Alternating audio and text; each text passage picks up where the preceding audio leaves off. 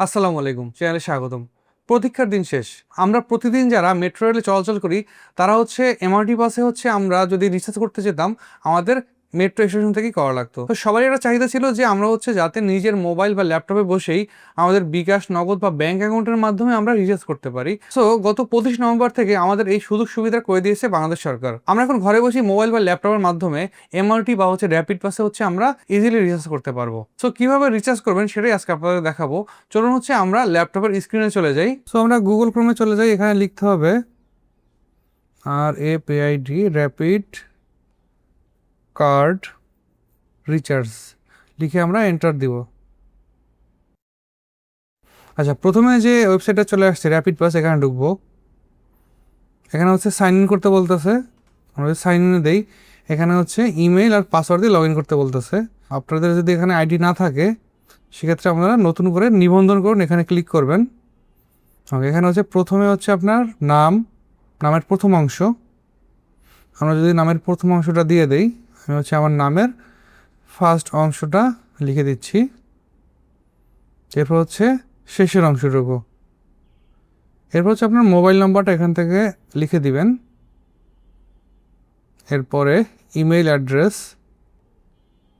লেখার পরে যদি আমরা পাসওয়ার্ডে ক্লিক করি, দেখেন এখানে Google password manager create a strong password for this website. পাসওয়ার্ডটা কমপক্ষে 8 অক্ষরে হতে হবে এবং বড় হাতের, ছোট হাতের অক্ষর, সংখ্যা চিহ্ন থাকতে হবে। তো আমরা নিজেদের মতো একটা পাসওয়ার্ড দিয়ে দিচ্ছি, যেটা আমরা সবসময় মনে রাখতে পারবো। এরকম একটা পাসওয়ার্ড দিব। এরপর অ্যাগেইন পাসওয়ার্ডটা আবার দিয়ে দিলাম। এরপর নিবন্ধনকরণে ক্লিক করতে হবে। আপনি চাইলে এখান থেকে পাসওয়ার্ডটা সেভ করতে পারবেন, আমি করতেছি না। এখন আপনার মোবাইল নাম্বার, যে মোবাইল নাম্বারটা দিয়েছেন ওইখানে একটা ওটিপি যাবে। ওটিপিটা আপনাদের এখানে দিয়ে দিতে হবে। সো আমি যদি আমার ফোনের ওটিপিটা এখানে বসাই, আমি ওটিপি দিয়ে দিছি, সাবমিট। দেখেন এখন এখানে আমাদের ড্যাশবোর্ডটা চলে আসছে, আমার যে কার্ডটা আছে এখানে চলে আসছে এবং ডান পাশে নতুন কার্ড নিবন্ধন। আপনি যদি নতুন কার্ড অ্যাড করতে চান এখানে কার্ড নাম্বারটা দিয়ে যাচাই করবেন, যাচাই করলে এখানে অ্যাড হয়ে যাবে। আমরা যদি আবার ড্যাশবোর্ডে যাই, এরপর আমরা রিচার্জে যদি ক্লিক করি, এখানে রিচার্জের জন্য ইমেল ভেরিফিকেশন প্রয়োজন। সো আপনার ইমেল ভেরিফিকেশন ছাড়া আপনি রিচার্জ করতে পারবেন না। সো আমরা প্রথমে ইমেলটা ভেরিফাই করে নিব। এখানে ক্লিক করবেন। এরপর আপনার ইমেল অ্যাড্রেসে একটা আবার ওটিপি যাবে, ওই ওটিপিটা এখানে বসাতে হবে। যদি ওটিপি কোনো কারণে না যায় সেক্ষেত্রে 5 মিনিট পর আপনি আবার ওটিপিটা পাঠাতে পারবেন। সো আমরা যদি এখানে আমাদের দেয়া ওটিপিটা বসায় দিই 1447, এরপর সাবমিট করুন। ওকে, দেখেন এখানে সাকসেস, ইমেল সফলভাবে যাচাই করা হয়েছে। এখন যদি আমরা রিচার্জে যাই সেক্ষেত্রে আমরা রিচার্জ কার্ড নির্বাচন করুন। কার্ডটা সিলেক্ট করলাম। আপনার একাধিক কার্ড থাকলে এখানে একাধিক নাম্বার আসবে, আমার একটা যেহেতু একটাই আসছে। এখন দেখেন এখানে আমার কার্ড নাম্বার আর নাম চলে আসছে এবং রিচার্জের পরিমাণ নির্বাচন করুন। ওরা ডিফল্টভাবে 100, 200, 500, 1000, 2000 টাকা করতে পারবেন এবং অন্যান্য দিলে আপনি কাস্টমাইজ অ্যামাউন্টটা বসাতে পারবেন। 100 টাকা যদি সিলেক্ট করি আমরা, সেক্ষেত্রে দেখেন 100 টাকা রিচার্জের পরিমাণ গেটওয়ে ফি একটা আছে যেটা 83 পয়সা। মোট পরিমাণ 100 টাকা 83 পয়সা। সো আমরা যদি 200-তে ক্লিক করি বা 500-তে ক্লিক করি, দেখেন এখানে গেটওয়ে ফিটা আমাদের পার্সেন্টেজ, যেহেতু একটা নির্দিষ্ট পার্সেন্টেজ এই হারে বাড়তেছে। সো আমরা যদি এখানে দেখেন 2000 টাকা দিলে 2000 টাকায় গেটওয়ে ফি 16 টাকা 60 পয়সা।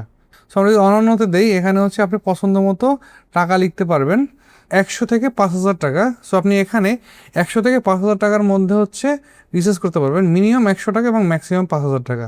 সো আমরা এখান থেকে 100 দিয়ে দিলাম। এরপর পরিশোধ করুন, এখানে ক্লিক করব।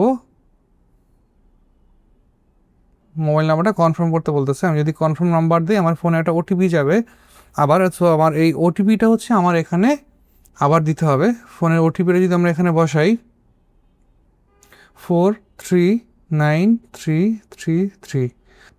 আমার এসএসএল কমার্সের সাথে আমার যে ব্যাংক কার্ডগুলো ছিল, দেখেন এখানে আমার কার্ডের ডিটেলস চলে আসছে সিস্টেম থেকে। এসএসএল কমার্স আমার এটা মার্চ করে আমার যে কার্ডগুলো সেখানে অ্যাড করা এসএসএল কমার্সের সাথে প্রিভিয়াস।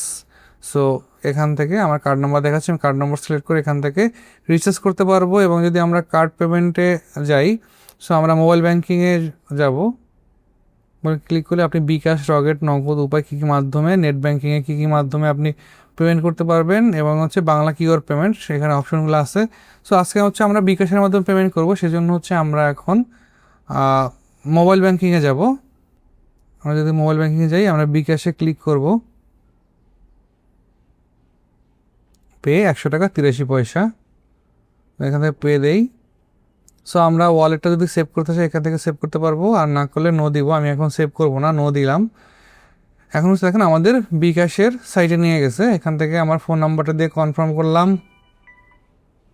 এরপর হচ্ছে আমার ফোনে আরেকটা ওটিপি যাবে 6 ডিজিটের ভেরিফাইয়ের জন্য, সেটা হচ্ছে আমরা এখানে দিয়ে দিব।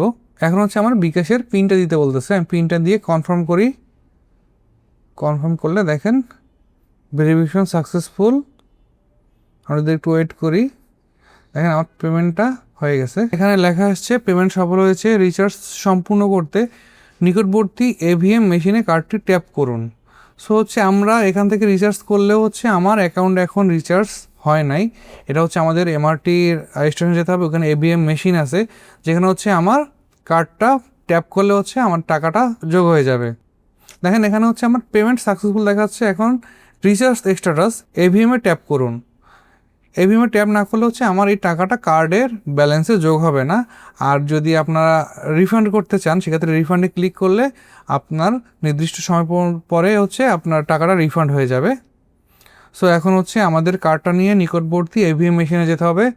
এখন যদি মেট্রো স্টেশনে চলে যাই আপনাদেরকে দেখাবো আমরা মেট্রো স্টেশনে কীভাবে কার্ডটা এভিএম মেশিনে ট্যাপ করব। আমরা যদি মেট্রো স্টেশনে যাই তো সেখানে এরকম হচ্ছে এভিএম রিচার্জের যে মেশিনটা আছে সেটা দেখতে পাবো।